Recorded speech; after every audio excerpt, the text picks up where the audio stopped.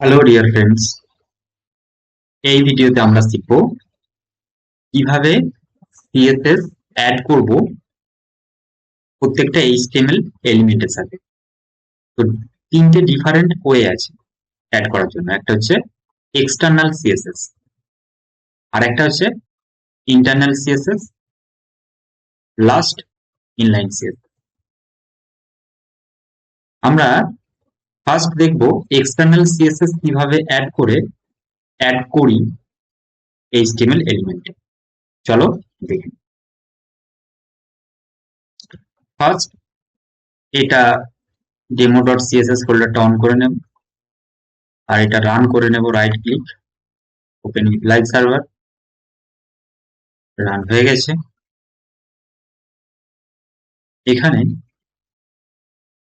একটু side by side on করে নিই।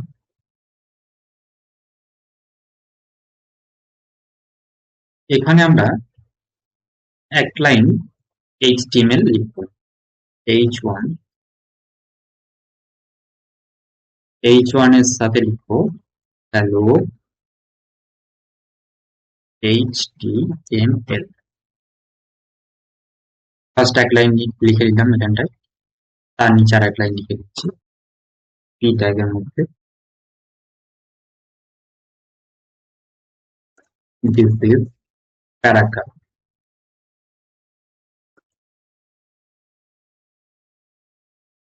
এবার আমরা এক্সটার্নাল সিএসএস ইউজ করবো। এক্সটার্নাল মানে বাইরে থেকে। বাইরে থেকে মানে এক্সটার্নাল মানে হচ্ছে এখানে একটা ফোল্ডার আর একটা বানিয়ে নেবো। ধরুন একটা সিএসএস বানানো আছে, এটাই বানিয়ে নেবো। এটা ধরো ডিলিট করে নিচ্ছে না, এখানে আর একটা বানিয়ে নিচ্ছি style dot CSS. Style dot CSS বানিয়ে নিলাম। এবার আমরা এখানে এক্সটার্নাল বাইরে থেকে অ্যাড করব। এখানে অ্যাড করব H1। H1 এর ব্যাকগ্রাউন্ড পিঙ্ক।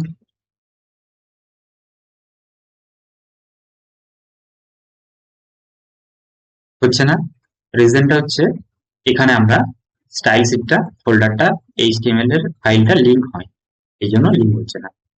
এখানে আমরা লিংক করে নেব, ঠিক এই টাইটেল ডকুমেন্টটার উপরে লিংক।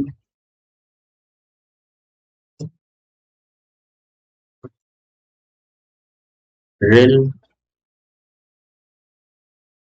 স্টাইল শিট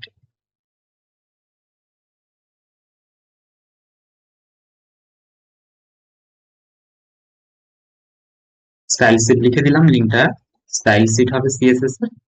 আর এইচ রেফ টা হবে স্টাইল ডট সিএসএস। এবার দেখো H1টা কালারফুল হয়ে গেল। এটা বাইরে থেকে ইউজ করলে কি হবে, এক্সটার্নাল ইউজ করলে এখানটা সুন্দর লাগবে, এখানে কোনো প্রবলেম আসছে না। আর সব প্রজেক্টে বড় বড় যত প্রজেক্ট থাকবে সবতেই এক্সটার্নাল ইউজ করবে সিএসএস, কোনো ইন্টারনাল সিএসএস ইউজ করবো না। এবার আমরা এটাতে একটা ক্লাস ইউজ করবো।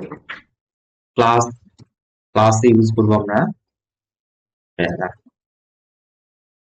আবার স্টাইল সেটে যাব, এখানে গিয়ে এখানে টাইপ করবো ডট প্যারা। প্যারাতে গিয়ে এখানে লিখবো ব্যাকগ্রাউন্ড কালার অরেঞ্জ। তারপরে লিখবো এখানে ফন্ট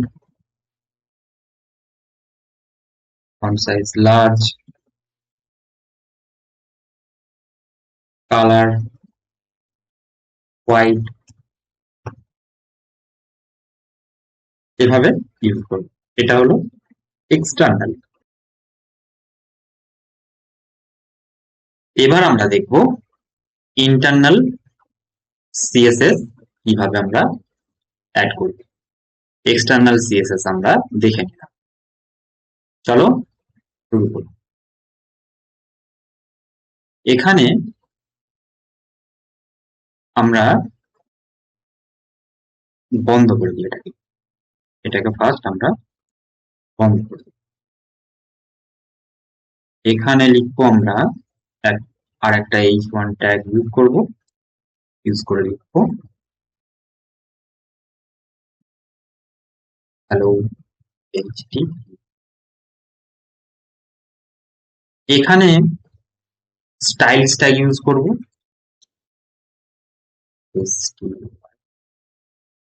স্টাইলস ট্যাগ ইউজ করব করে এই লিঙ্কটাকে অফ করে রেখে দিই। ইউজ করব এখানে লিখবো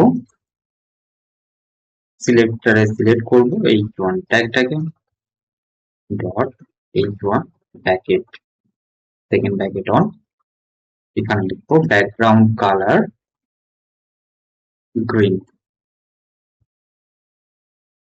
তো কোনো ফাইল এক্সট্রা বানানোর প্রয়োজন নেই, সিএসএস স্টাইল ডট সিএসএস এই ফাইলটা বানানোর কোনো প্রয়োজন নেই। সেম ইন্ডেক্স ডট এইচটিএমএল ফাইলের মধ্যে আমরা এটা হচ্ছে ইন্টারনাল সিএসএস এইভাবে আমরা ইউজ করব। এখানেও লেখা যায়, অনেকে এখানেও হেডারের মধ্যেও ইউজ করে। তো স্টাইল মেন হচ্ছে স্টাইলস ট্যাগটা ইউজ করতে হবে, স্টাইলস ট্যাগটা ইউজ করলে হবে। তো আমরা দেখে নিলাম ইন্টারনাল সিএসএস। এবার আমরা দেখব ইনলাইন সিএসএস। ইনলাইন সিএসএস কিভাবে ইউজ করব এটাই লাস্ট। চলো আমরা দেখে নিই। এটা আমরা একটু বন্ধ করে দিচ্ছি, স্টাইলটাও বন্ধ করে। এখানে এক লাইন লিখবো, suppose h1 hello CSS. Inline CSS আমরা কোথায় লিখবো? এইচটিএমএল এলিমেন্টের মধ্যে অ্যাট্রিবিউট, যেভাবে অ্যাট্রিবিউট লিখতাম সেভাবে ঠিক এভাবে অ্যাপ্লাই করব। স্টাইল এখানে লিখবো ব্যাকগ্রাউন্ড কালার গ্রিন,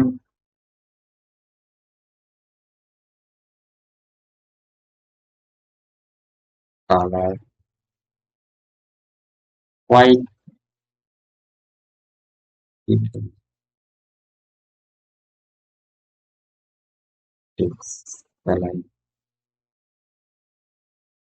সেন্টার। তো আমরা এক লাইনের মধ্যে এভাবে ইনলাইন সিএসএস লিখব। তো তিনটেই আছে, তিনটের মধ্যে যখন যেটা প্রয়োজন হবে তখন সেটা লিখবো। আমরা বেসিক্যালি বড় বড় প্রজেক্ট যখন ডিজাইন করি তো আমরা ইনলাইন সব থেকে বেশি এক্সটার্নাল সিএসএস ফাইল বানিয়ে বানিয়ে অ্যাড করতে থাকি। তো থ্যাংক ইউ ফর ওয়াচিং।